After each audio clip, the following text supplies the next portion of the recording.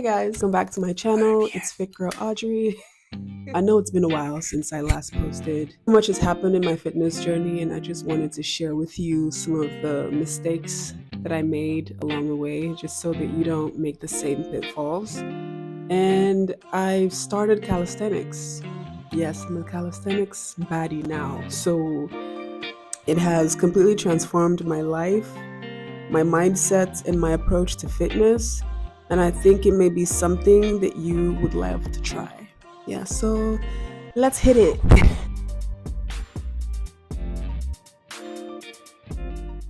The first mistake I made was not clarifying who I wanted to be in the process of achieving my fitness goals. In other words, my intrinsic and extrinsic motivations were imbalanced.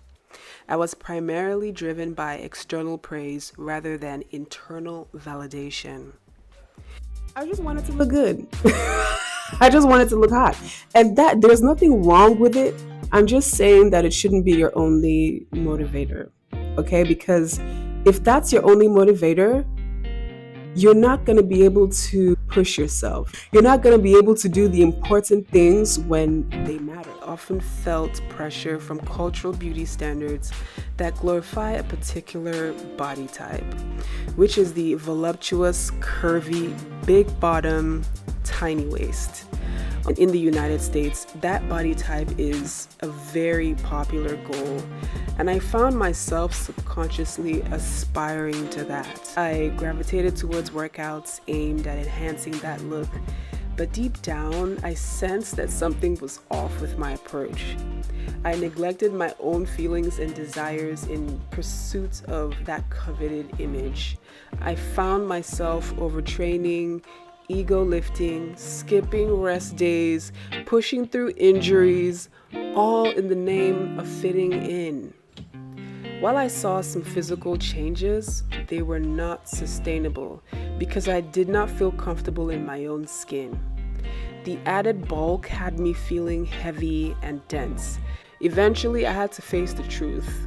This wasn't sustainable at all to me, and I stepped back from weight training and embraced lighter at-home workouts that felt more aligned. For me, my intrinsic motivation just developed over the years. I was thinking to myself, who is that version of Audrey who is the best version of herself? She has good mobility, good range of motion in all of her joints. She's flexible, she's strong, she's agile, she's fast, she's lean, she's toned. She can do a freaking pull-up. She can lift her own body weight. That's my own vision, right? Also, character-wise, who I am. I just wanted to be more connected to my body. As a recovering people pleaser, one thing that's so painful about that experience is just how your nervous system is a wreck, and it can really take you on a loop. So many rubbish nonsense people can just take advantage of the fact that you act on impulse because of how you were trained to behave. Just more aware of myself, aware of my surroundings, and that's one of the reasons why I chose calisthenics. Calisthenics is a form of exercise that utilizes body movements to build strength, flexibility, and endurance. So think push-ups, pull-ups, dips, squats, planks, no equipment required. The benefits are immense, but one of the most significant is increased body awareness and coordination. Calisthenics challenges you to control every muscle and joint, which enhances athletic performance and helps bulletproof your entire body against injuries. I found that calisthenics can also enhance body awareness more than traditional weight training. Since calisthenics relies on your body weight and requires greater control and coordination, it encourages you to develop a deeper connection with your movement. You become more attuned to how your body functions, its limitations, and its strengths as you navigate various exercises. Because calisthenics increases your proprioception. I mentioned this in another video. If you watch my videos, you know what proprioception means. Proprioception is just increased awareness of your space and your body in space. And I noticed every single time that I do calisthenics, there's an increased level of focus. There's an increased level of awareness with what my body is doing. Whenever my attention wavers, there's like instability, right? But then when I come back into focus and come back into the present moment, I am able to stabilize my joints. I'm able to stabilize my thoughts. I'm able to stabilize my inner world, So I want to be that's aware, that's present, not just during exercise, but in every single area of my life. I'm tired of people fucking with me. Okay, I'm done. That's why I'm doing all of this. That's why I exercise. That's why I work out. That's why I show up every single day. I just want to be a better version of myself. And I also want to inspire all of you too. That's another intrinsic motivation for me.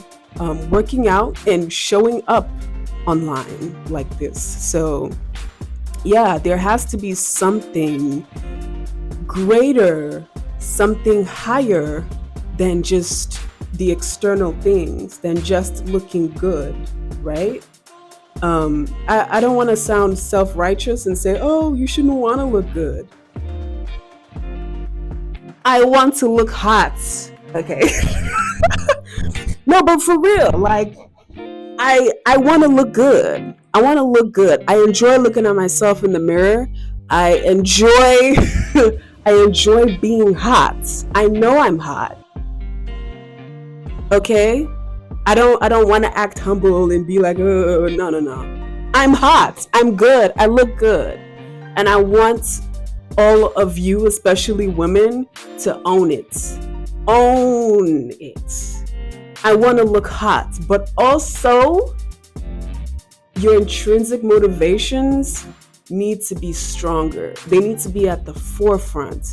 You need to be working out for you, not for somebody else. Take people out of the picture.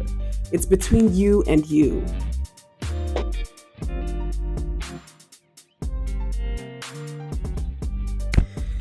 Okay, so another mistake that I made was I wasn't tracking my results. And when you don't track your results, you get random results, okay? I was doing random reps, random sets, and one week it was like I was training for hypertrophy, and the next week I was training for endurance, muscle endurance, and my weight was just fluctuating. The results were just fluctuating. One moment I was toned and lean, and the next moment I'm like bulky, and it just didn't make sense to me. I was thinking like, what was I doing wrong? I really had to take a step back.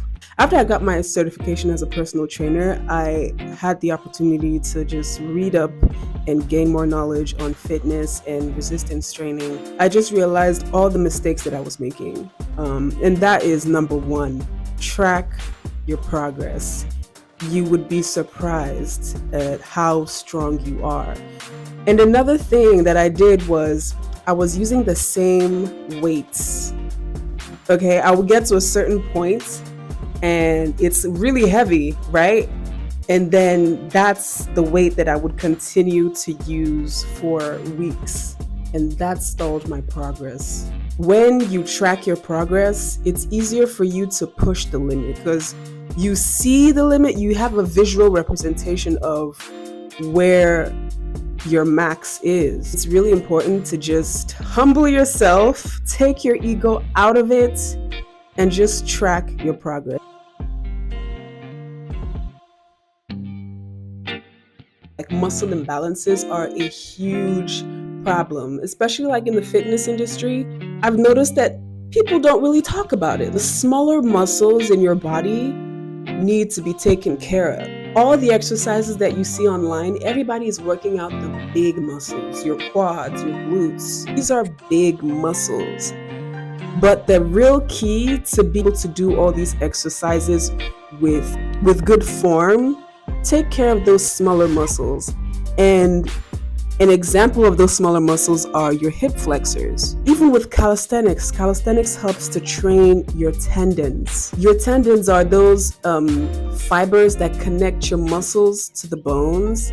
And the stronger those tendons are, the longer and healthier life you're gonna have. Training all these small muscles and ligaments and tendons will literally help you to do almost any exercise with proficiency, with ease. Synergistic dominance refers to a situation in which one muscle group compensates for the weaker or underactive muscle groups during a movement. This can happen when the primary muscle intended to perform a specific action is not strong enough or is not being effectively recruited, leading other muscles to take over the workload.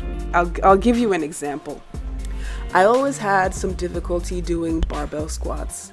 My hips never felt stable during that exercise, and I thought if I practiced more, that maybe the problem will correct itself.